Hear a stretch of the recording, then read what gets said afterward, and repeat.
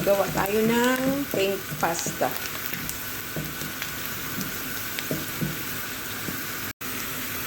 Bawang.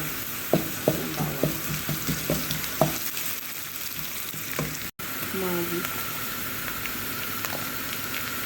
Paprika. Black pepper.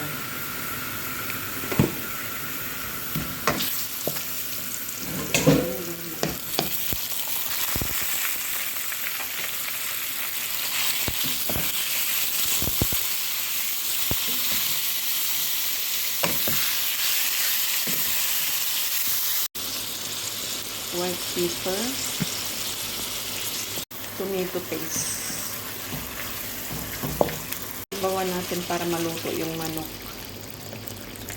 Isa ng oregano.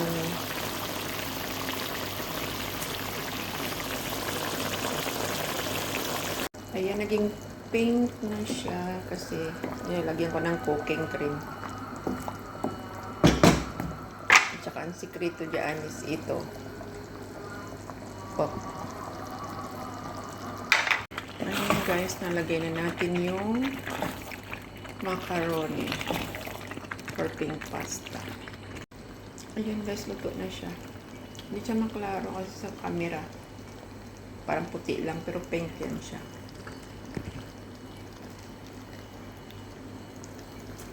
Sa ilaw kasi.